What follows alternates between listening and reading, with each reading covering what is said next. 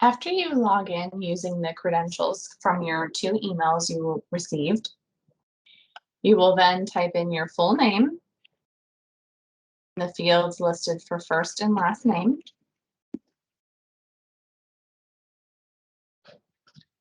and enter a new password that will be easy for you to remember.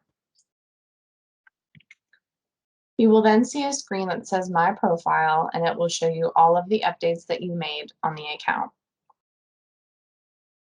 From there, you can click on the home page in the top left-hand corner,